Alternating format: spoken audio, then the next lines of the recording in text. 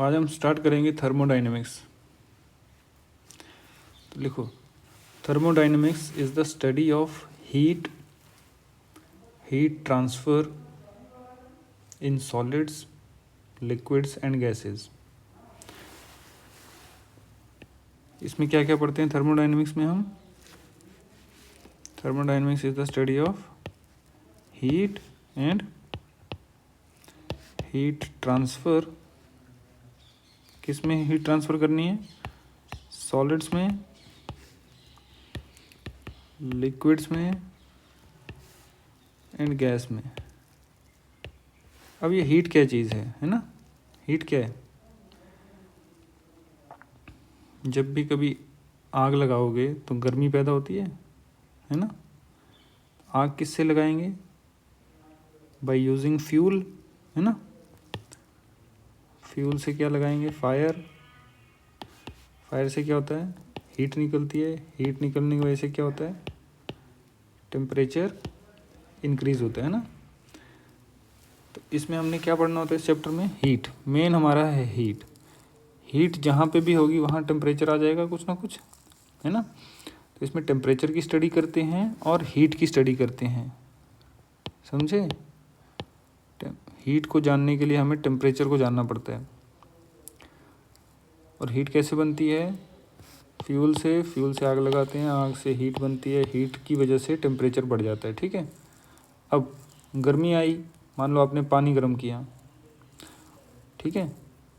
उस पानी में ठंडा पानी मिलाया तो गर्म पानी से ठंडे पानी में हीट ट्रांसफ़र होगी, तो heat will transfer in liquid. आपने एक लोहे की रॉड ली, उसको एक साइड से गर्म किया तो उसकी एक साइड से दूसरी साइड की तरफ हीट आएगी, है ना? तो वो हो गया हीट ट्रांसफ़र इन सॉलिड्स, समझे?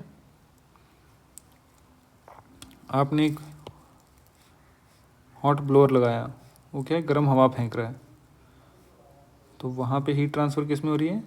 गैस में, ठीक है? चलो फिर आगे। तो सबसे पहला है इसमें थर्मोमीट्री। थर्मोमीटर पता है तुम्हें? थर्मोमीटर क्या करता है? टेम्परेचर नोट करता है ना?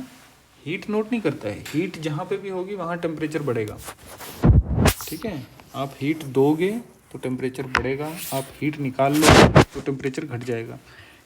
हीट देता कौन है? हीटर देते हैं, है ना? तुम्हारे घर में गीज़र लगे होंगे, वो गीज़र क्या करता है? पानी को हीट देता है। तो हीट लेता कौन है? देने वाला तो आ गया हीटर, और निकालने वाला एसी, फ्रिज, है ना? चिल्लर। ये सब क्या करते हैं? हीट को निकालते हैं, ठीक है? देते कौन है? हीटर देते हैं। जैसे फर्नेस हो गया, है ना? जहाँ आग होगी वहाँ हीट दी जाएगी, जहाँ एसी फ्रिज होंगे वहाँ हीट निकाल ली जाएगी, ठीक है? अच्छा, हीट आने की वजह से क्या होता है? टेम्परेचर इंक्रीज़ हो जाता है ना? अब इस टेम्परेचर को कैसे नापा जाए? इस टेम्परेचर को नापने का जो प्रोसीजर है उसी को बोला जाता है थर्मोमीट्री, ठीक है? So thermometry is the procedure to measure temperature, a process to measure temperature, ठीक है? अच्छा, अब टेम्परेचर आता कहाँ से है? टेम्परेचर क्या चीज़ है? Is energy. Temperature is energy. Temperature energy नहीं है, ठीक है? याद रखो, टेम्परेचर इज़ एनर्जी एसोसिएटेड पर molecule of the given substance. एक मॉलिक्यूल, मान लो आपके पास आयरन रॉड है, तो उस आयरन रॉड के एक एटम के पास कितनी एनर्जी है वो डिसाइड करेगा कि उस आयरन रॉड का टेम्परेचर क्या होगा। अब ये जो एक एटम के पास एनर्जी आएगी, ये एनर्जी आती कहाँ से है? वाइब्रेशनल एनर्जी, समझे? वेव्स में जब हमने देखा था कि सोर्स एनर्जी देती थी और वही एनर्जी पार्टिकल्स में जाती थी, तो हर पार्टिकल के पास एनर्जी कहाँ से आई? सोर्स क्या है? आग लगाई है जो, उसकी वजह से पार्टिकल क्या करता था? एसएचएम करता था या वाइब्रेट करता था, है ना? तो हर मॉलिक्यूल के पास जो वाइब्रेशनल एनर्जी है उसी का नाप टेम्परेचर है, ठीक है। टेम्परेचर इज एनर्जी एसोसिएटेड पर molecule of the given substance. अगर सब्सटेंस सॉलिड है तो एटम ले लेंगे, लिक्विड है तो मॉलिक्यूल ले लेंगे, गैस है तो एटम या मॉलिक्यूल जो भी होगा, ठीक है। चलो, तो सबसे पहला टेम्परेचर नापने का कौन सा इंस्ट्रूमेंट पता है तुम्हें? मरकरी थर्मोमीटर, है ना। जब बुखार होता है तो लगाते हैं, तो वो टेम्परेचर बता देता है आपकी बॉडी में कितना है, समझे। अब ये जो थर्मोमीटर होता है ये टेम्परेचर नोट कैसे करता है? इसको कैसे पता चला कि यहाँ टेम्परेचर 96, 97, 98, 99, 100, 101, 102, 103 ऐसे लिखे रहते हैं, है ना। तो इसको कैसे पता चला कि अगर बॉडी का अभी जो टेम्परेचर है वो 96 है? तो किसी भी स्केल में, जैसे हमारा मीटर स्केल होता था, याद है, 1 मीटर इज इक्वल टू कितनी वेवलेंथ ऑफ सीजियम एटम? पहले चैप्टर में पढ़ा था हमने, है ना। तो वैसे ही टेम्परेचर को कैसे डिफाइन करेंगे? टेम्परेचर को मान लो अब हमें डिफाइन करना है कि एक बेस पॉइंट डिफाइन करना और एक टॉप मोस्ट पॉइंट डिफाइन करना है ना। स्केल जो हमारी है, जैसे ये 0 मीटर था तो यहाँ 1 मीटर, तो ये 1 मीटर कितनी लेंथ होगी ये डिफाइन करते थे ना। तो वैसे ही 1 डिग्री कितना टेम्परेचर होगा वो डिफाइन करना है, ठीक है। तो कैसे डिफाइन करें? तो हम क्या करते हैं, ये जो हमारी टेम्परेचर स्केल है ना, इसमें 2 टेम्परेचर हम डिफाइन करते हैं। कौन सा? Minimum, maximum. अब ये मिनिमम कौन सा है? कौन सा मिनिमम? ये सब कुछ हम डिफाइन करते हैं वाटर के लिए, ठीक है। By using water we are designing this scale. ये जो स्केल हम डिज़ाइन करेंगे अब टेम्परेचर नापने की, इसमें हमने किसको यूज़ किया था? वाटर को। देखो हमने क्या किया, हमने पहले वाटर को फ्रीज़ किया, ठीक है, फ्रीजिंग टेम्परेचर ऑफ वाटर। वो जो भी टेम्परेचर आया उसको हमने बोल दिया 0 डिग्री सेल्सियस, ठीक। फिर हमने उस वाटर को बॉईल कराया, जो भी टेम्परेचर आया उसको हमने बोल दिया 100 डिग्री सेल्सियस, है ना। 0 सेंटीमीटर 100 सेंटीमीटर, 100 सेंटीमीटर पे 1 मीटर हो जाता था।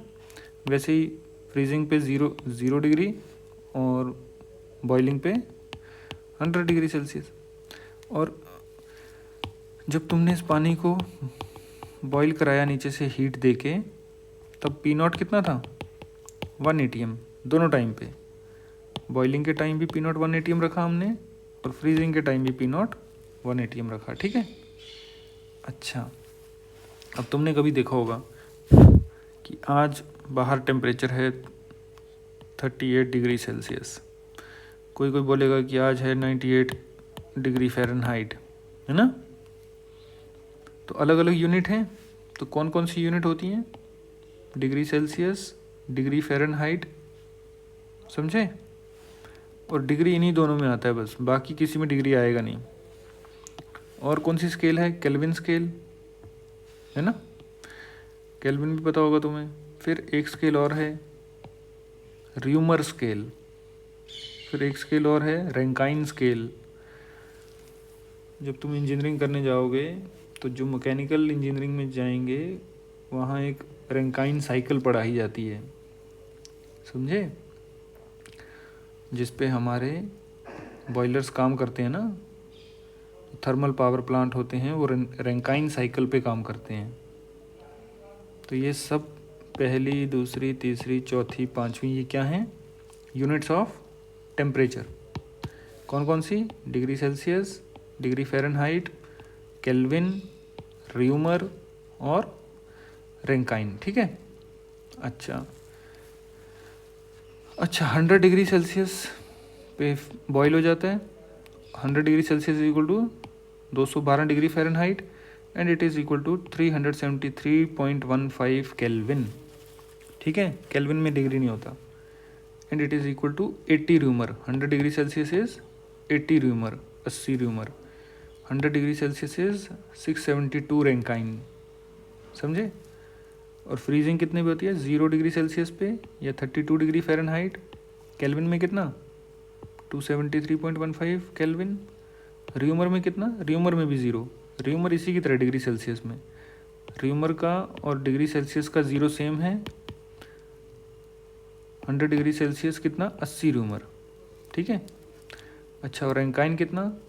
रैंकाइन है 470 डिग्री सेल्सियस। ओ सॉरी, रैंकाइन में फ्रीजिंग कब होती है? 470 रैंकाइन पे, डिग्री सेल्सियस बोल रहा हूँ। 470 रैंकाइन पे फ्रीजिंग होती है और 672 रैंकाइन पे बॉइलिंग होती है। ठीक है, लिख लो ये।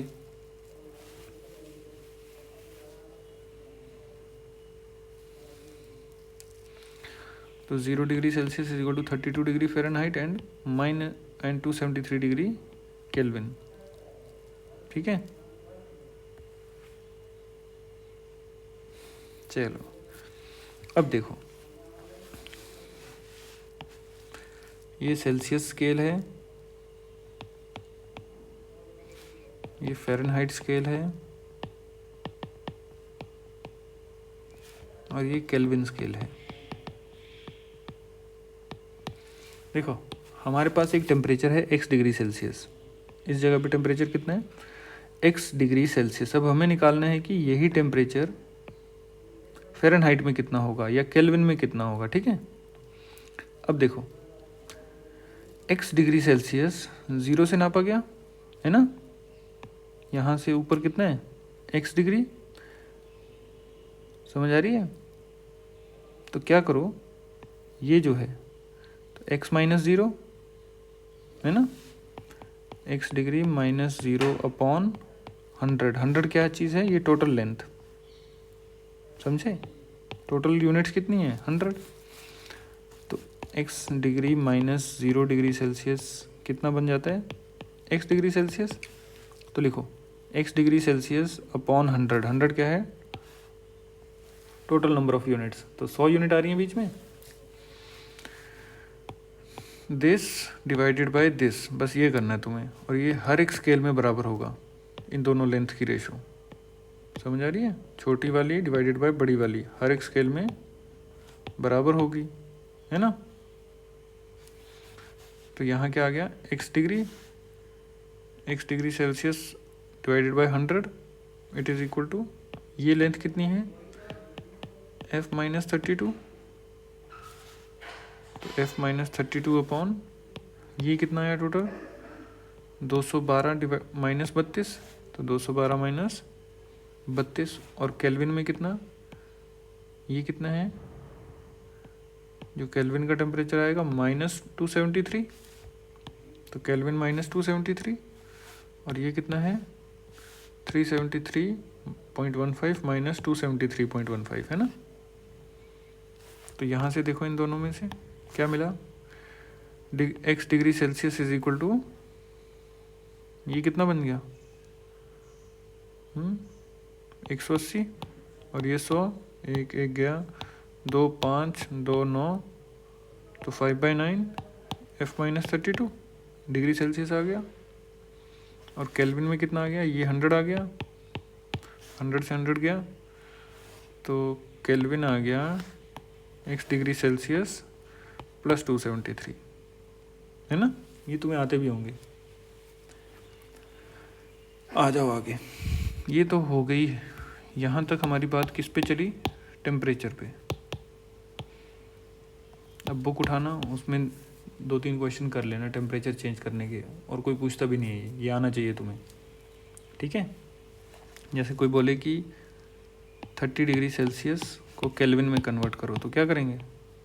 30 degree Celsius plus 273 it is equal to 303 kelvin, है ना। बस ऐसे ही करते रहना। अब बात करेंगे हीट पे। अब देखो, हीट क्या थी? फ्यूल को जलाया था, तो फायर आई थी, फायर से हीट निकली थी। अब फ्यूल क्या होता है? फ्यूल एनर्जी होती है, तो हीट भी एनर्जी होगी, है ना? समझे? Law of conservation of energy क्या है? Energy can neither be created nor be destroyed, but it can be changed from one form to the other, है ना? तो इसका मतलब हीट भी क्या है? Heat is also energy. सबसे पहली बात क्या है? Heat is nothing but energy. Heat energy ही है। और एनर्जी को रिलेट करते थे वर्क डन से भी, तो ये तीनों बहनें हो गई, work done, energy and heat. ठीक है। हाँ, पहले ज़माने में क्या होता था? हीट को डिफाइन किया जाता था इन टर्म्स ऑफ कैलोरी। ठीक है। कैसे? कि अगर आपको भूख लगी है तो आप मिल्क पी लो, तो आपको एनर्जी मिलेगी। और ज़्यादा एनर्जी चाहिए तो क्या करो? एग्स खा लो। और ज़्यादा एनर्जी चाहिए तो क्या करो? मीट खाओ। ऐसे होता ना, जिसको जितनी ज़्यादा एनर्जी चाहिए उसको ऐसे शिफ्ट करना पड़ेगा। जिसको कम एनर्जी चाहिए तो वो क्या है? फ्रूट्स खाए, प्लांट बेस्ड चीज़ें खाए, प्लांट बेस्ड प्रोडक्ट्स, कम एनर्जी मिलेगी। क्विक एनर्जी चाहिए तो क्या? किसी की बॉडी में एनर्जी एकदम कम हो गई, अब मरने वाला है, हमें उसको एकदम एनर्जी देनी है, तो हम क्या देते हैं उसको? ग्लूकोज देते हैं या शुगर दे दो, है ना? तो उनमें जितना भी एनर्जी को नापते थे हम, किस यूनिट में नापते थे? कैलोरी में। सुना भी होगा तुमने, कैलोरी, इसमें ज़्यादा कैलोरी है, इसमें कम कैलोरी है, ज़्यादा है तो उस चीज़ को कम खाओ, है ना? ज़्यादा खाते रहोगे तो मोटे हो जाओगे, बोलते हैं ना डॉक्टर ऐसे टीवी में कि कैलोरीज कम करो। जिनको डायबिटीज़ होता है उनको डॉक्टर क्या बोलते हैं? कि कैलोरी कम करो अपनी, दाल मत खाओ, दाल में ज़्यादा कैलोरी है ना? चिकन मत खाओ, तो क्या खाओ? बस सब्जियां खाते रहो। पोटैटो मत खाओ, पोटैटो में ज़्यादा कैलोरी है, स्टार्च है उसमें, है ना? तो कैलोरी क्या चीज़ है? अब हम कैलोरी को डिफाइन करते हैं। 1 calorie is equal to energy required to raise temperature of 1 gram of water by 1 degree Celsius. समझे? आपके पास 1 ग्राम पानी है, कितना? 1 ग्राम। समझे? आपके पास कितना पानी है? आपके पास है 1 ग्राम वाटर। इसका टेम्परेचर क्या था? इनिशियल टेम्परेचर था इसका 13.5 डिग्री सेल्सियस। आपने इस 1 ग्राम पानी का टेम्परेचर कितना कर दिया? 14.5 डिग्री सेल्सियस। तो डेल्टा टी कितना आया? 1 डिग्री सेल्सियस, है ना? तो ये काम करने के लिए आपने जितनी हीट दी होगी, हीट का सिंबल क्या है? क्यू। ठीक है, आपने इसको जितनी हीट दी होगी, ये हीट 1 कैलोरी होगी। समझे? 1 ग्राम पानी का टेम्परेचर अगर 1 डिग्री सेल्सियस से बढ़ाया जाए तो कितनी हीट देनी पड़ती है हमें? 1 कैलोरी। समझ आई? 1 कैलोरी की डेफिनेशन क्या है? 1 calorie is energy required to raise temperature of 1 gram of water by 1 degree Celsius. और टू बी स्पेसिफिक, ऐसा नहीं है कि 99 से 100 कर दिया। जब इसको डिफाइन किया है तो इसको किया है कि 13.5 डिग्री से 14.5, ताकि डेल्टा टी 1 डिग्री आ जाए। कोई बोले मैं तो 22 से 23 करूँगा, 22 डिग्री सेल्सियस से 23 डिग्री सेल्सियस, हाँ कर सकता है, तब भी 1 कैलोरी ही लगेगी, लेकिन डेफिनेशन 13.5 और 14.5 तक है। ठीक है। और दोनों में पी नॉट सेम रखा गया है, 1 atm। समझे? अच्छा, अब कैलोरी तो ठीक है, समझ गए हम, कैलोरी ये चीज़ है।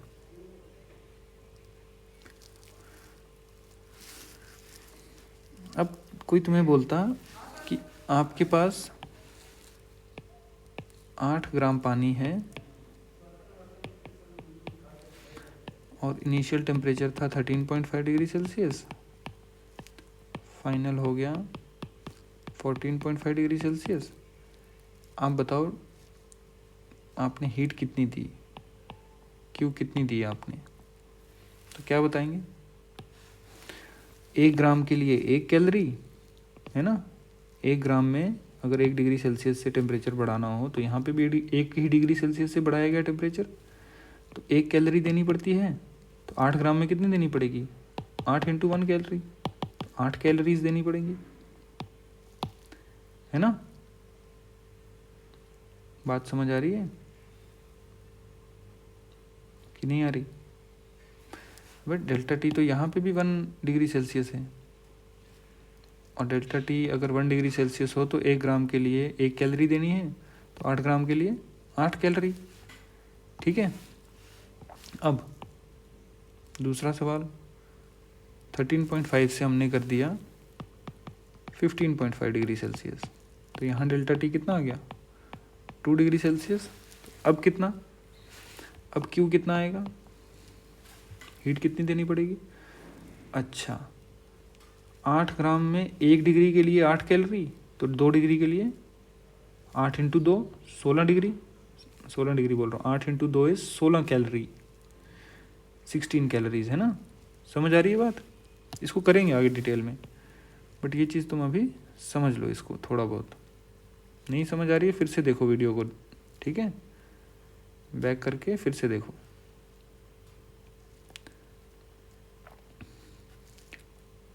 अच्छा, एक क्वेश्चन लिखो, पिछले चैप्टर का क्वेश्चन है, इसका आज आंसर ढूंढना, गूगल पे देख लेना या फिर explanation.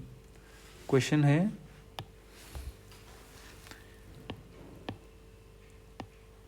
What is more elastic? पहला है रबर, दूसरा है स्टील। ठीक है, इसकी तुम्हें एक्सप्लेनेशन ढूंढ के लानी है। इसका, इस क्वेश्चन का आंसर लिखना कॉपी पे और मेरे को फ़ोटो खींच के भेजना सब। अच्छा,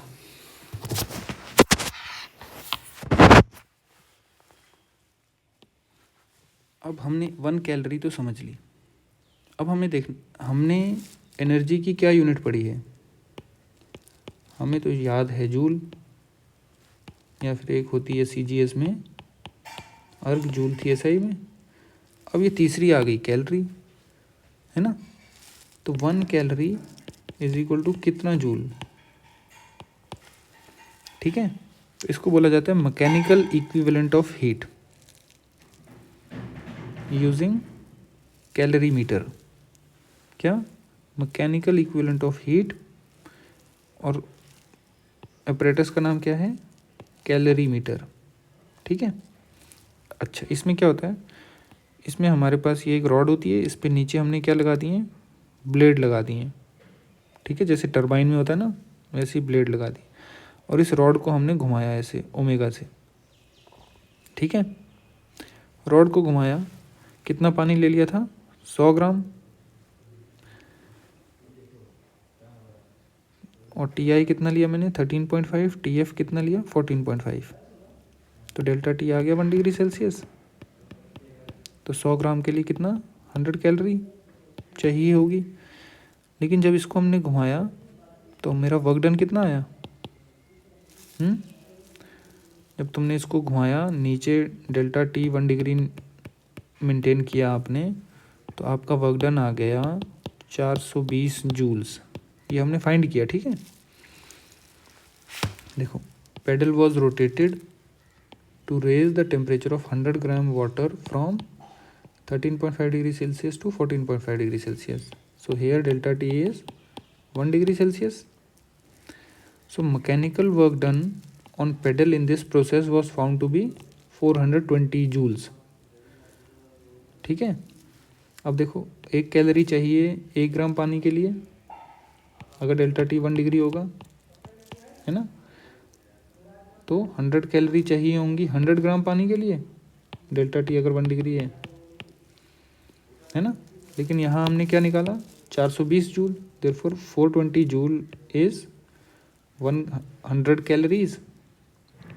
तो 1 0 से 1 0 गया तो 4.2 जूल इज़ 1 कैलोरी। ठीक है, अब देखो ये 420 हम क्या करते हैं, अप्रॉक्सीमेट वैल्यू है, एग्जैक्ट वैल्यू है 418 जूल। ठीक है, इसको राउंड ऑफ करके 420 बोल दिया जाता है। 418 joule is equal to 100 calorie. तो एक कैलोरी कितना है 4.18 या 4.2 जूल। ठीक है, 4.2 ली जाती है ऐसे। अगर वो क्वेश्चन में दे दे कि 4.18 तब 4.18 लेना, नहीं तो 4.2 ही लेते हैं। ठीक है, यहाँ तक समझ आया? यहाँ तक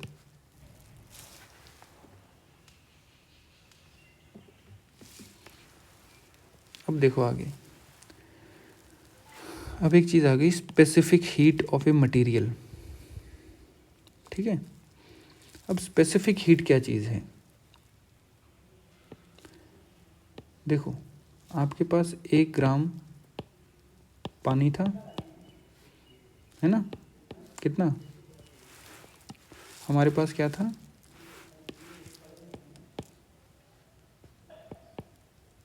1 ग्राम वाटर। तो अगर यहाँ हमें डेल्टा टी 1 डिग्री सेल्सियस रखना है, कितना 1 डिग्री सेल्सियस, तो कितनी हीट देनी पड़ती है 1 कैलोरी, है ना। बस इसी चीज़ को समझो। 1 ग्राम पानी, पानी की जगह कुछ भी हो सकता है, लोहा, copper, aluminium, gold, steel, silver, है ना। किसी भी चीज़ का 1 ग्राम अगर लें और 1 डिग्री टेम्परेचर चेंज कराना है तो कितनी हीट दी जाए, उसी को बोला जाता है स्पेसिफिक हीट। ठीक है, स्पेसिफिक हीट क्या है? Energy required to raise temperature of 1 gram of substance by 1 degree Celsius.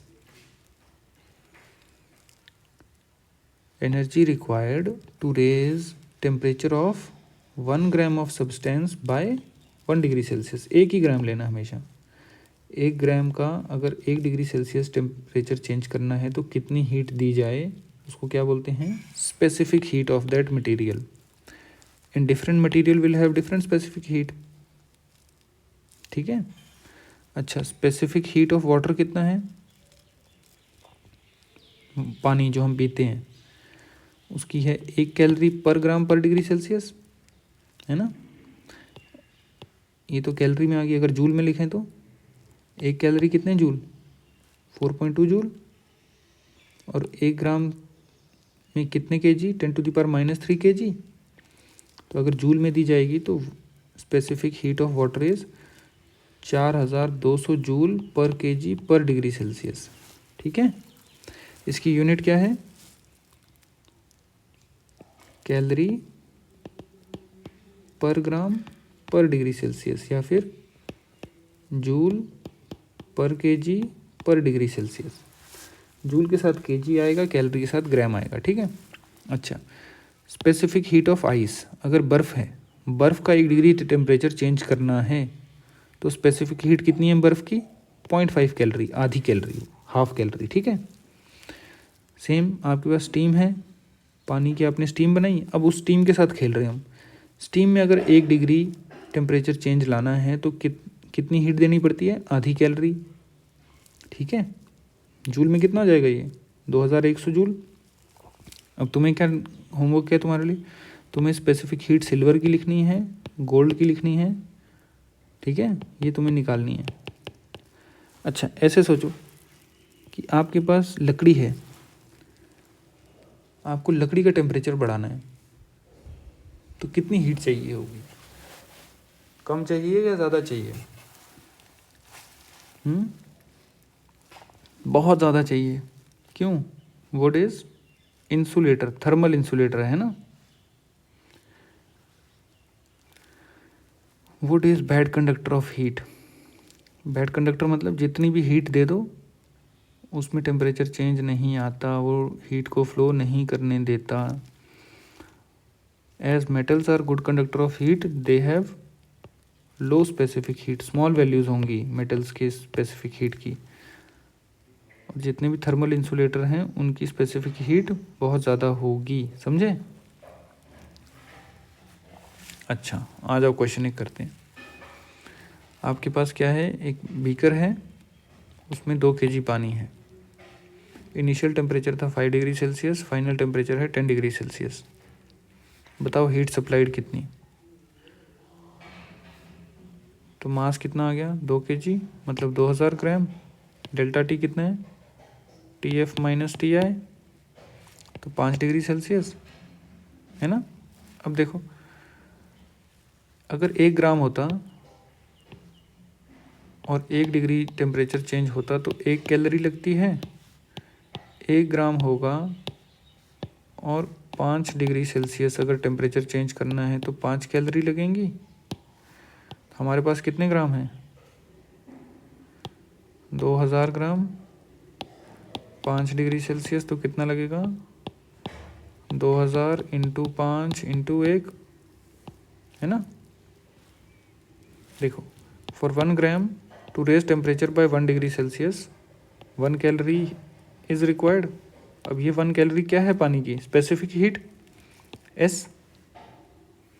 हाँ, स्पेसिफिक हीट का सिंबल क्या है, कैपिटल एस, छोटा एस नहीं है, ये बड़ा एस है, ठीक है। ऐसे 1 ग्राम पानी का अगर 1 डिग्री टेम्परेचर चेंज करना है तो 1 कैलोरी चाहिए। ये 1 कैलोरी क्या है, एस उसका। 1 ग्राम पानी 5 डिग्री टेम्परेचर चेंज लाना है तो कितना हीट देनी पड़ेगी, दिस 5 इंटू ये 1, है ना। ये 1 क्या है, एस, ये 5 क्या है, डेल्टा टी। हम क्या लिख रहे हैं, एस इंटू डेल्टा टी, इतनी हीट चाहिए। अच्छा, अगर 2000 ग्राम पानी होगा तो 5 डिग्री से चेंज करने के लिए कितना हो जाएगा, 2000 इंटू 1 इंटू 5। ये 2000 क्या है, मास, ये 1 क्या है, स्पेसिफिक हीट, ये 5 क्या है, डेल्टा टी। ठीक है, तो हीट रिक्वायर्ड कितनी आ गई, Q is equal to M S delta T. तो ये फॉर्मूला आ गया इसका, ठीक है। Heat required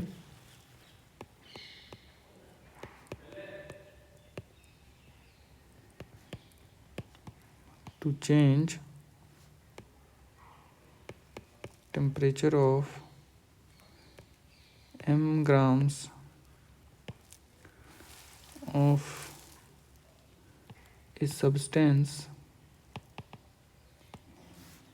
whose specific heat is equal to S, whose specific heat is S for delta T change in temperature, it is equal to m s delta T. समझे, इतनी heat चाहिए। ये क्या है, हीट। फॉर्मूला समझ आया। चलो एक और क्वेश्चन करो। नहीं, बस आज के लिए इतना ही, ठीक है।